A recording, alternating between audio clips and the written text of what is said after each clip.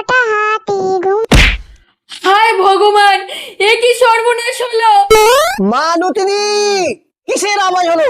কই, কোথাও কিছু না তো, হয়তো পাশের বাড়ির আওয়াজ। ও আচ্ছা ঠিক আছে। ফোনটা তো মনে হয় খারাপই হয়ে গেছে, দাদাবু জানতে পারলে সর্বনাশ হয়ে যাবে। তাড়াতাড়ি গিয়ে ফোনটাকে সারিয়ে নিয়ে আসি। দাদা, এই ফোনটা একটু ঠিক করে দিন না। ও মা গড! দিদি 5,000 টাকা খরচা হবে। দাদা, একটু কম হবে না? 4,000 টাকা কমে করতেই পারবো না। ঠিক আছে দাদা, শুধু তাড়াতাড়ি করে দিন।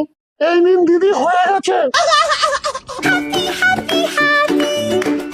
মালতী মাসি, কোথায় গিয়েছিল?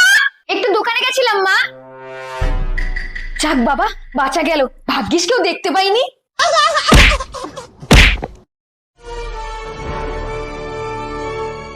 চিন্তা করিস না মা, ফোনটা আমার এমনিতেই খারাপ হয়ে গেছে, আমি দোকানে নিয়ে যাবো।